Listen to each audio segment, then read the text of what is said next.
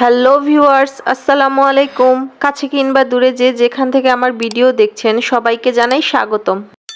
মাটির নিচের আলু, যা সাধারণত আলু হিসাবে পরিচিত, গরুর গোশত দিয়ে একটি সুস্বাদু রেসিপি তৈরি করা যেতে পারে।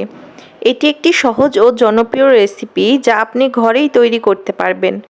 তাহলে চলুন কথা না বাড়িয়ে মূল রান্না শুরু করা যাক। প্রথমে একটি পাত্রে পর্যাপ্ত পরিমাণ পানি দিয়ে চুলায় বসিয়ে দিব। পানি বলক চলে আসলে এ পর্যায়ে দিয়ে দিব আগে থেকে কেটে রাখা মাটির নিচের আলু। আলু কিউব করে কেটে ভালো করে ধুয়ে পরিষ্কার করে নিয়েছি। এ পর্যায়ে দিয়ে দিব সামান্য পরিমাণ হলুদ। 1 মিনিটের মতন চুলায় বসিয়ে রেখে যখনই বলক চলে আসবে তখন একটি ছাঁকনিতে পানি ফেলে দিব। চুলায় একটি পাত্র বসিয়ে দিব। পাত্র কিছুটা গরম হয়ে আসলে এ পর্যায়ে দিয়ে দিব সয়াবিন তেল। তেল কিছুটা গরম হয়ে আসলে দিয়ে দিব গরম মশলা। এখানে আমি তেজপাতা, এলাচ, দারচিনি, লবঙ্গ ও গোলমরিচ দিয়ে দিয়েছি। তেলে মশলা কিছুক্ষণ ভাজার পর যখন সুন্দর একটি অ্যারোমা বের হবে এ পর্যায়ে দিয়ে দিব পেঁয়াজ কুচি।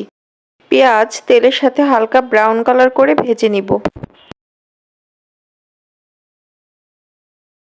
কিছুক্ষণ ভাজার পর যখন ব্রাউন কালার হয়ে আসবে এই পর্যায়ে দিয়ে দিব 2 টেবিল চামচ আদা রসুন বাটা, 1 টেবিল চামচ গরম মশলা বাটা, সাথে দিয়ে দিব 1 টেবিল চামচ জিরা বাটা।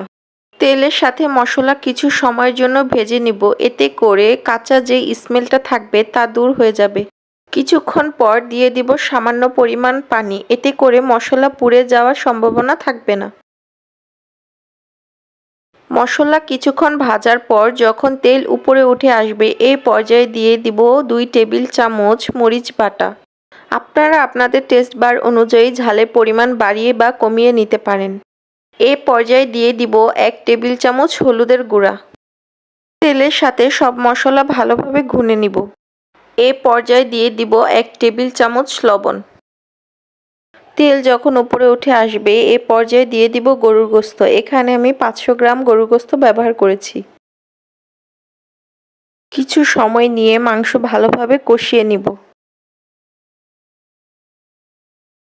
10 মিনিটের জন্য ঢাকনা দিয়ে রাখব।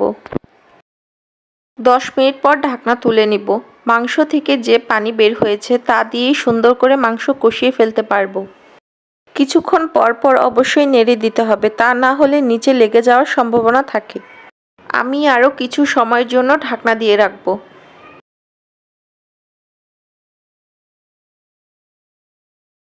মাংস যখন ভালোভাবে কষানো হয়ে যাবে এবং গোশতগুলো সিদ্ধ হয়ে আসবে এ পর্যায়ে দিয়ে দিব আলু।